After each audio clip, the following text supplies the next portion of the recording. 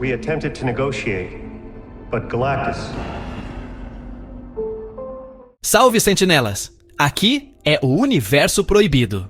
E hoje, a verdade vem à tona. A Marvel finalmente lançou o novo Quarteto Fantástico.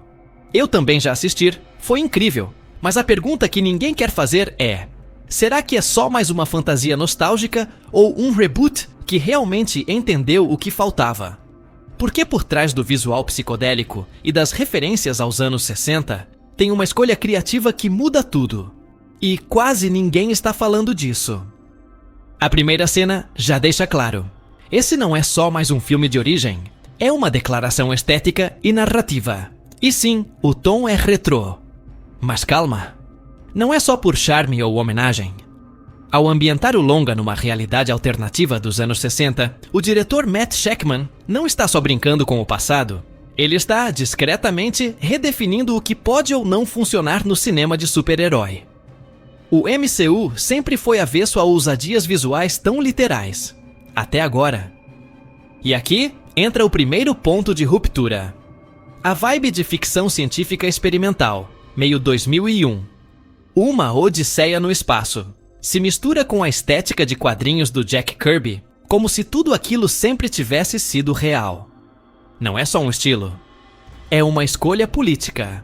Porque enquanto outras adaptações do quarteto fugiam da fidelidade por medo de parecer infantil, esse filme olha direto para a cara do público e diz: sim, esse capacete é real.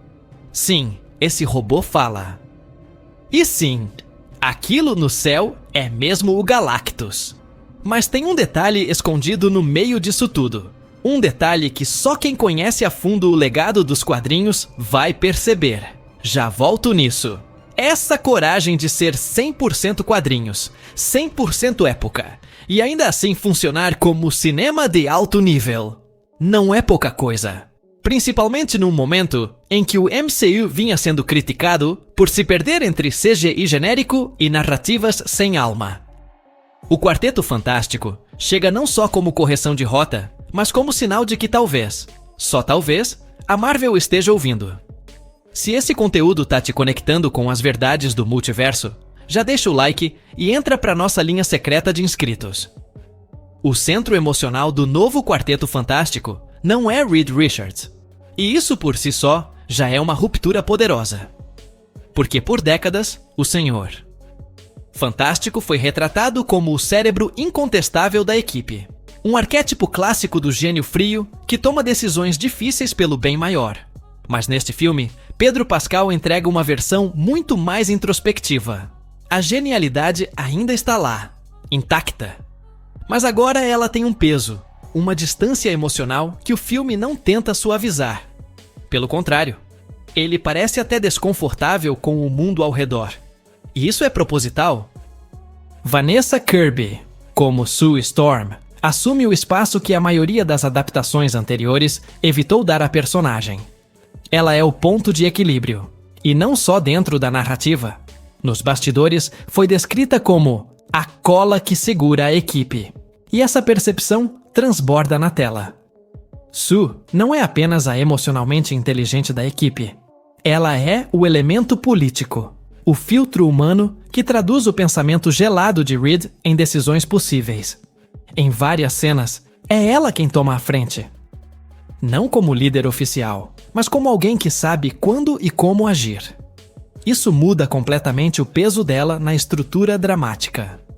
Essa inversão de papéis, Reed como gênio afastado e Sue como eixo emocional, ecoa diretamente com a abordagem dos quadrinhos da fase Time Runs Out, onde Reed é descrito como o homem que sabe que tudo vai morrer, e mesmo assim, continua agindo. Essa vibe está presente aqui. O filme, sem entregar spoilers, deixa claro que Reed é alguém que vê o todo, mas não enxerga o agora. Já Sue sente tudo. Por isso, os dois se completam, mas também se confrontam. E em momentos cruciais, isso gera tensão real. Esse contraste é reforçado visualmente. Enquanto Reed é quase sempre enquadrado com distanciamento, muitas vezes isolado em planos amplos, Sue aparece cercada de elementos vivos: luz, família, toque, cuidado. uma linguagem de cinema que comunica, sem precisar dizer. Mas tem uma cena em particular. Uma que envolve os dois e Franklin, que muda tudo. Ainda não posso comentar os detalhes, mas é ali que o filme mostra o que realmente pensa sobre o conceito de liderança familiar. Já volto nisso? Em um universo que frequentemente transforma relações em subtramas descartáveis, aqui o vínculo entre Reed e Sue não é apenas emocional, é filosófico. Eles não discutem o que fazer, eles discutem por que fazer. E isso transforma cada decisão deles em uma extensão de seus traumas, valores e limites. Numa era de super-heróis planos, essa profundidade importa. E o mais curioso é ela quem carrega mais o legado heróico do grupo neste filme. Não pela força, mas pela capacidade de manter todo mundo unido, mesmo quando tudo começa a ruir. Ele não fala, mal caminha, mas é o personagem mais poderoso do filme. Franklin Richards não é só um detalhe fofo na nova adaptação. Ele é o coração do conflito cósmico. E essa escolha criativa muda completamente a escala da narrativa.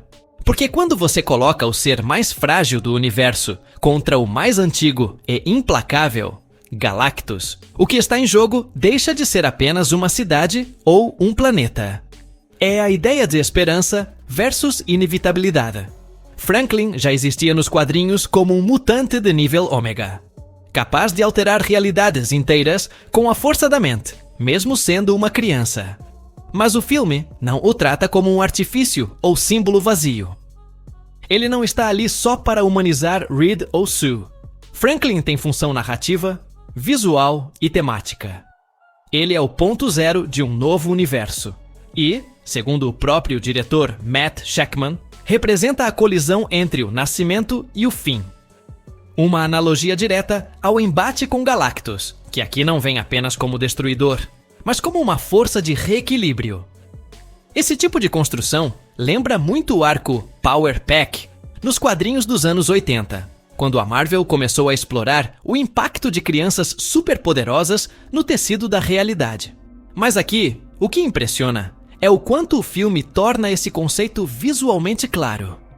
Franklin nunca fala, mas cada cena dele transmite urgência, mistério e uma sensação de que algo muito maior está prestes a ser desencadeado. E tem uma sequência, com ele no centro, cercado por um campo de energia instável, que evoca diretamente as imagens da saga Heroes Reborn, pós-Onslaught. Não é acidental. Pedro Pascal, que já vinha sendo comparado a outras figuras paternas como Joel em The Last of Us ou Din Djarin em The Mandalorian, agora carrega mais uma variação do arquétipo do pai que protege o ser mais importante da galáxia. Mas a diferença é que aqui, a responsabilidade não é só emocional, ela é cósmica. Porque se Franklin é o que muitos acreditam, então ele pode ser o próximo ser Nexus do MCU. E isso muda completamente as regras do jogo. Há uma cena em que Galactus e Franklin praticamente se encaram. Não há diálogo, só escala. Um gigante devorador de mundos frente a um bebê de poucos meses. Mas a montagem, a trilha e a simbologia ali dizem tudo. É o velho contra o novo. O ciclo cósmico diante de sua possível quebra. Mas há um detalhe naquela cena. Uma cor, um gesto, que não pode passar despercebido.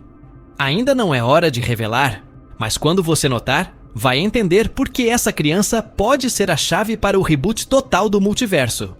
Ele não é mais uma nuvem flutuante, nem uma presença abstrata. Dessa vez, Galactus chega em forma, corpo, armadura, expressão. E a diferença é brutal. A Marvel finalmente entendeu que para o terror cósmico funcionar, ele precisa ser visto e respeitado. A escolha de trazer Ralph Ineson com trajes práticos no set, aliados a efeitos visuais posteriores, não foi só técnica, foi simbólica. Porque nesse filme, Galactus não representa apenas destruição. Ele representa a ordem fria do universo. Essa versão do Devorador de Mundos se aproxima mais da visão original de Jack Kirby em Fantastic Four, Mercúrio 48, onde Galactus não era o vilão tradicional, mas sim uma entidade cósmica que cumpria um papel inevitável. A diferença agora é que a direção de Matt Shakman opta por uma abordagem quase mitológica. Galactus surge em silêncio como um presságio. Ele não ameaça, ele anuncia. E esse detalhe muda completamente a forma como os personagens e o público reagem a ele. O design visual também carrega peso. A armadura metálica com tons escuros e luz interna pulsante lembra mais os traços detalhistas de Alex Ross do que qualquer adaptação anterior. E há algo nos olhos dele. Uma espécie de ausência de emoção. Um ser que não está ali por prazer ou ódio. Está ali porque é necessário. Essa frieza, somada à escala física e sonora, com graves que fazem o cinema vibrar, transformam sua chegada em um evento. Literalmente, um ponto de não retorno. Julia Garner, como sua herdeira cósmica, traz uma energia inesperada ao papel da nova surfista. E aqui está o ponto que mais gerou controvérsia. Ela não interpreta Norrin Radd. Ela é Shalla-Bal. Uma personagem que, nos quadrinhos, se torna a sucessora de Norrin, como o Arauto de Galactus. A escolha faz sentido dentro do universo que o filme estabelece, mas também aponta para algo maior. Uma troca de gerações. Uma nova fase cósmica. E tem um diálogo entre ela e Sue Storm que, por enquanto, fica no ar. Mas deixa pistas sobre a conexão entre o futuro dos Arautos e os novos Nexus Beings. Já volto nisso. O que realmente marca essa versão de Galactus é que ele não é apenas um obstáculo. Ele é a força que revela quem cada personagem realmente é diante do fim. E quando o roteiro coloca isso frente a frente com um recém-nascido, como Franklin, a narrativa deixa de ser sobre salvar o mundo e passa a ser sobre o que o mundo escolhe deixar como legado. E se Galactus volta a aparecer em Avengers, Doomsday, como o final sugere, essa dinâmica ainda vai explodir em escala. Mas até lá, tem um elemento visual escondido na chegada dele, que quase ninguém notou. Um eco direto de uma capa de 1966. Já volto exatamente nesse detalhe. O que parecia uma decisão suicida virou um dos maiores acertos do filme. Herbie, o robô que tantas versões anteriores ignoraram ou esconderam por medo de parecer infantil, está presente, ativo e, mais importante, é parte da família. A Marvel não apenas trouxe Herbie de volta, ela o fez funcionar emocionalmente. E esse pequeno detalhe revela algo maior. Esse filme não tem medo de parecer quadrinho.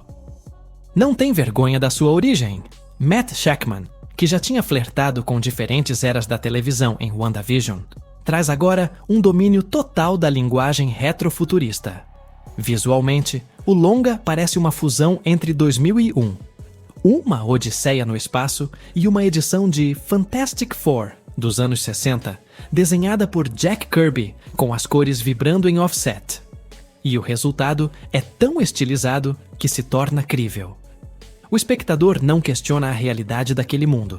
Ele mergulha nela. Porque o filme não tenta justificar sua estética com tecnologia ou pseudociência. Ele simplesmente é assim. E esse compromisso absoluto com o estilo é o que permite que até Herbie funcione. Esse risco criativo remete a uma era em que o cinema de super-heróis ainda não existia. A sensação de assistir ao Quarteto Fantástico é mais próxima de ver uma animação da Hanna-Barbera, dirigida por Stanley Kubrick, do que qualquer outra coisa no MCU até agora. E isso é dito como um elogio. Porque a Marvel vinha enfrentando um problema recorrente: o medo de ser caricata demais ou emocional demais. Aqui, ela escolhe abraçar os dois. E funciona. Herbie é o melhor exemplo disso. O robô aparece em diversas cenas não apenas como alívio cômico, mas como alguém que interage com Franklin, com Reed, com Johnny. Há uma sequência em que ele assume o controle de um módulo de fuga, enquanto canta uma música da década de 60. E é exatamente o tipo de momento que, em outro contexto, soaria ridículo. Mas aqui, funciona como símbolo. Herbie representa o elo entre a família e o absurdo. Entre o nonsense e a lógica. E a Marvel sabia disso.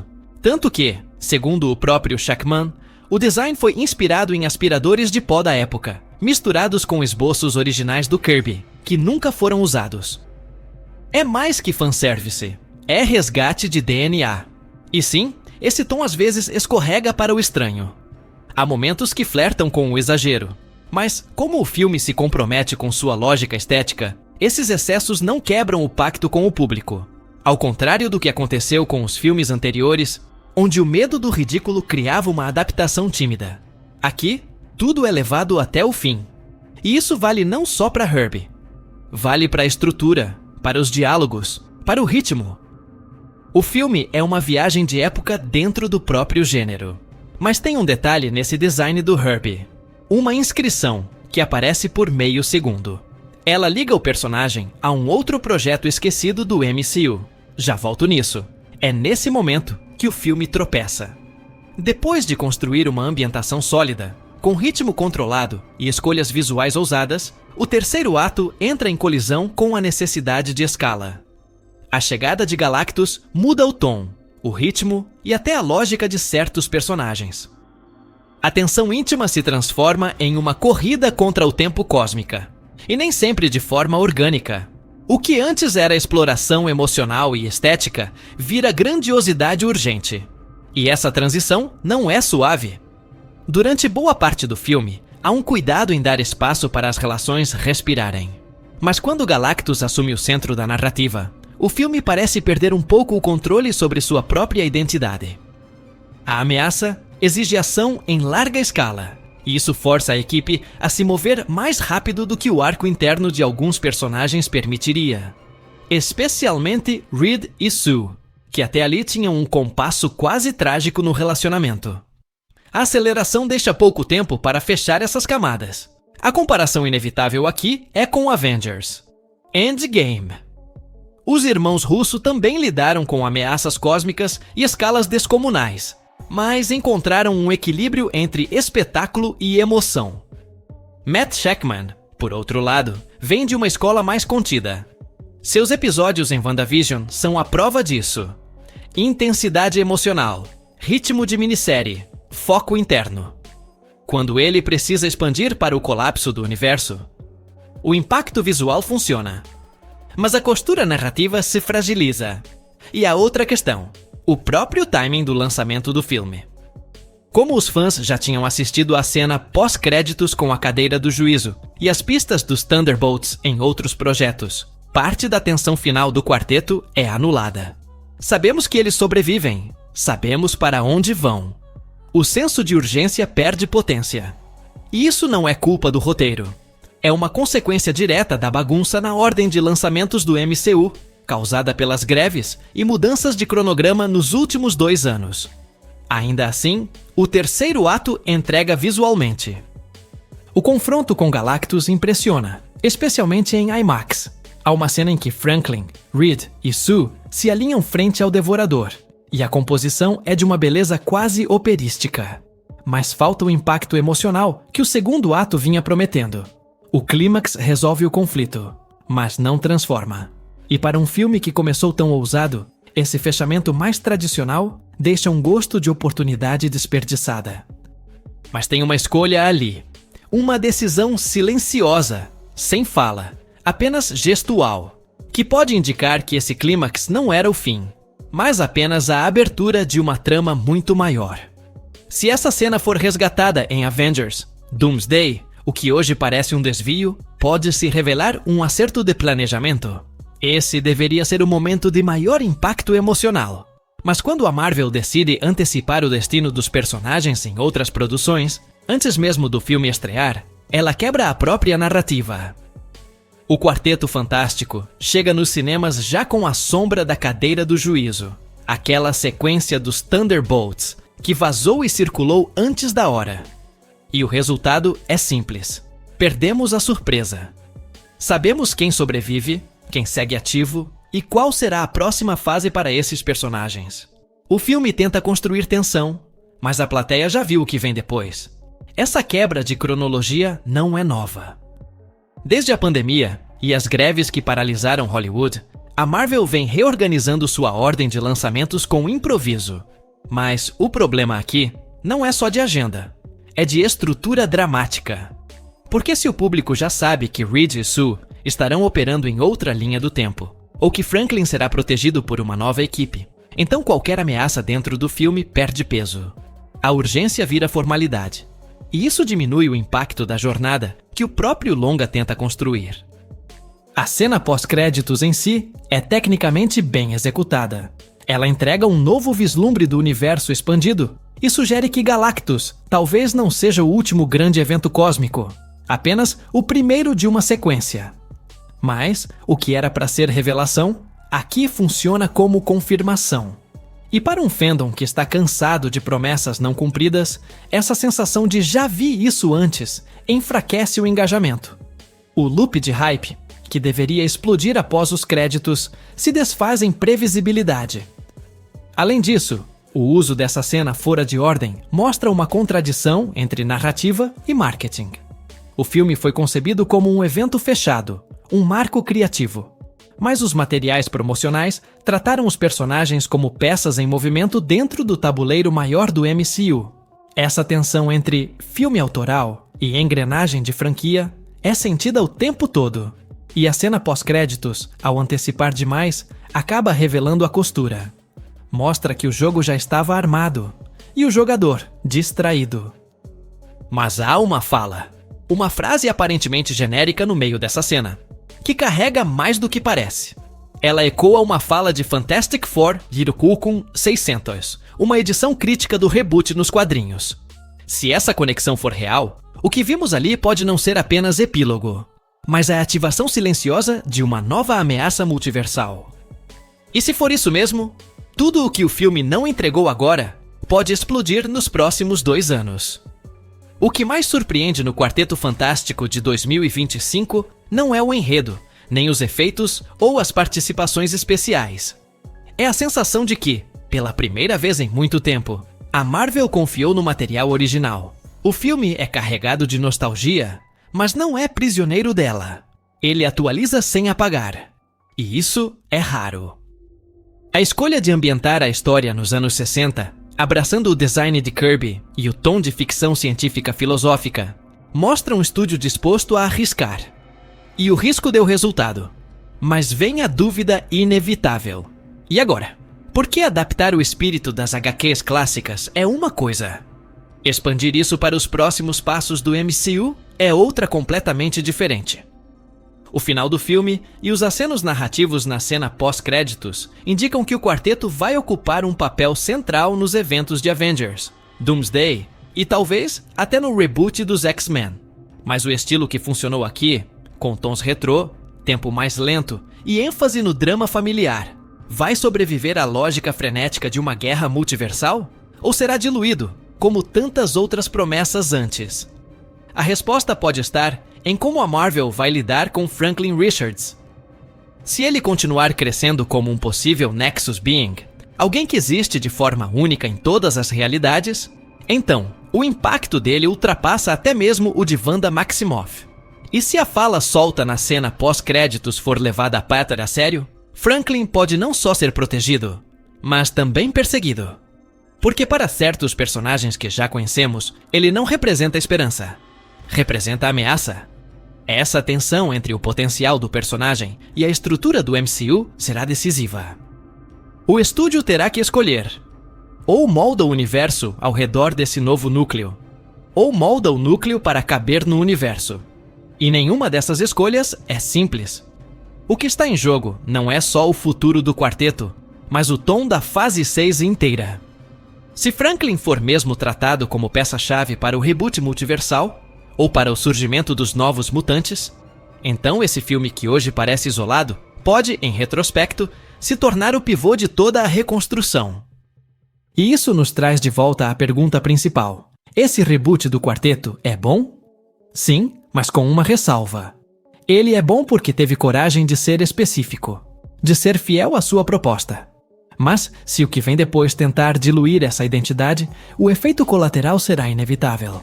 O que hoje é visto como um acerto, pode virar só mais um experimento engolido pelo maquinário maior do estúdio.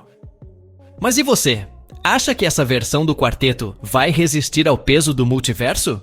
Ou esse novo começo já nasceu com prazo de validade? Me diz aí nos comentários. E se quiser saber como a fala final pode indicar um novo Galactus, Mas não como você imagina. Te vejo no próximo vídeo.